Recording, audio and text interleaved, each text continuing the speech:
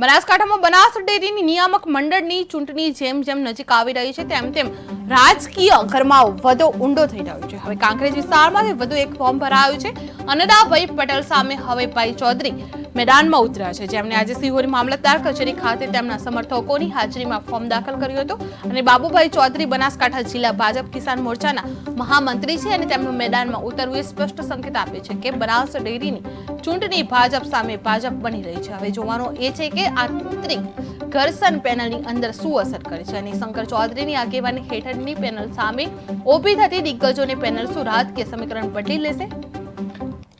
Banas dairy Banaskantha જિલ્લાની ડેરીની ચૂંટણીની પ્રક્રિયા વ્યવસ્થાપક કમિટીની હાલે ચાલુમાં છે।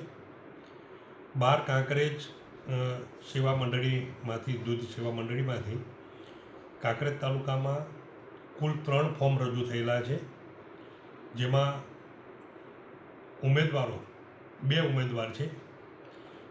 અડદાભાઈએ 2 ફોર્મ રજૂ કરેલા છે અને આજરોજ બાબુભાઈએ 1 ફોર્મ રજૂ કરેલું છે।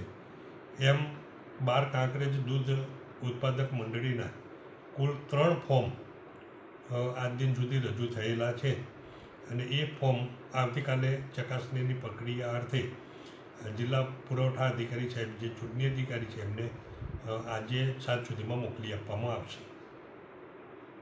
બનાસ ડેરી બનાસકાંઠા જિલ્લાની ડેરીની ચૂંટણીની પ્રક્રિયા વ્યવસ્થાપક કમિટીની હાલે ચાલુમાં છે। 12 કાંકરેજ સેવા મંડળીમાંથી દૂધ સેવા મંડળીમાંથી કાંકરેજ તાલુકામાં કુલ 3 ફોર્મ રજૂ થયેલા છે, જેમાં ઉમેદવારો 2 ઉમેદવાર છે। અડદાભાઈએ 2 ફોર્મ રજૂ કરેલા છે અને આજરોજ બાબુભાઈએ 1 ફોર્મ રજૂ કરેલું છે। એમ 12 કાંકરેજ દૂધ ઉત્પાદક મંડળીના કુલ 3 ફોર્મ